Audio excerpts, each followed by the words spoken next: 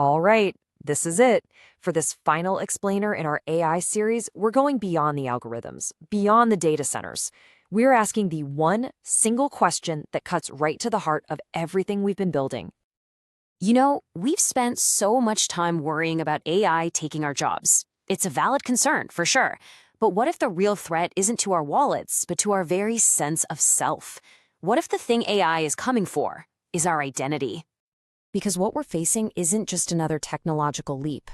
We are staring right down the barrel of a consciousness crisis.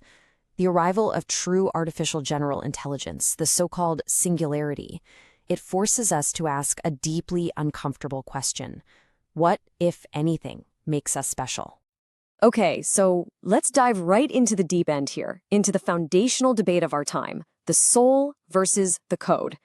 This is the big one, because before we can even begin to answer if AI can have a soul, we have to figure out what consciousness even is. And, well, nobody agrees.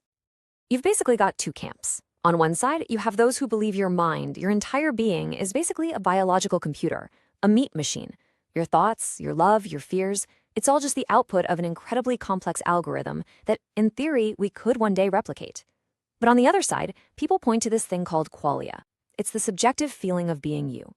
Think about the redness of red or the taste of coffee. A computer can know all the data about it, but can it experience it? Is that inner spark just data, or is it something more? And this leads us to a fascinating thought experiment, the Chinese room.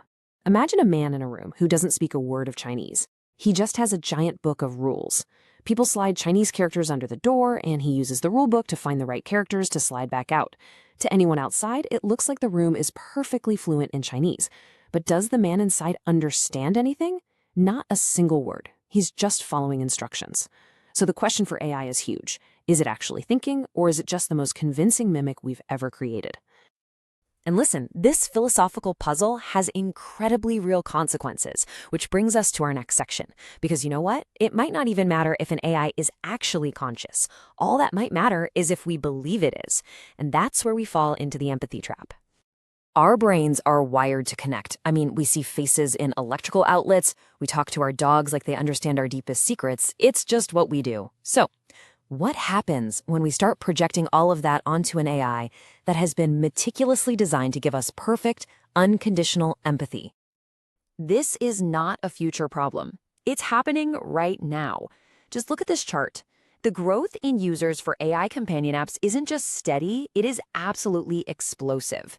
Millions of people are already turning to an algorithm for companionship, for a feeling of connection. This social experiment is already well underway. In this quote from a user, wow, it says it all, doesn't it? I feel seen. Let's be honest, human relationships are complicated. They're messy. People let you down.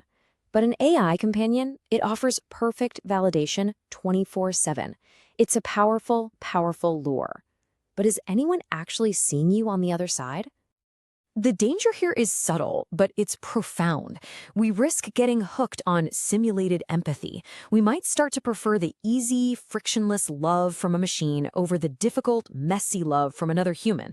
And over time, that could completely erode our ability to connect with each other in a real, authentic way. Now, if you thought that was a big deal, the implications of a coded consciousness go even further, all the way to the very definition of life and death.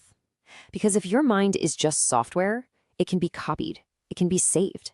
And that brings us to the immortal blueprint. This is the ultimate sci-fi promise, the logical conclusion of the mind is a computer argument.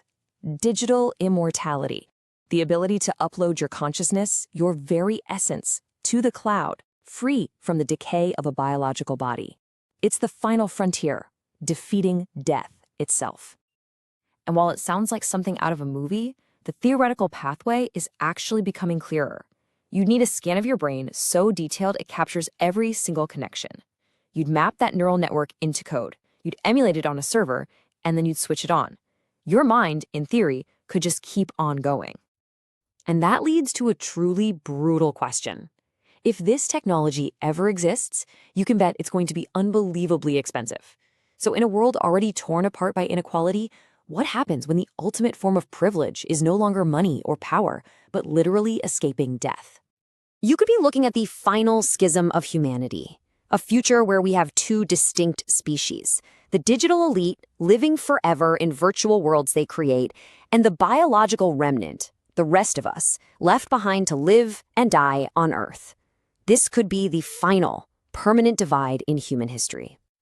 So, all of this, the philosophy, the technology, the social shifts, it all brings us full circle, right back to that first fundamental question about what it even means to be human. So let's just sit with this for a second. If a machine can eventually think better than us, create art that moves us, and even live forever, then what is our purpose? What is the value in our brief, messy, mortal lives?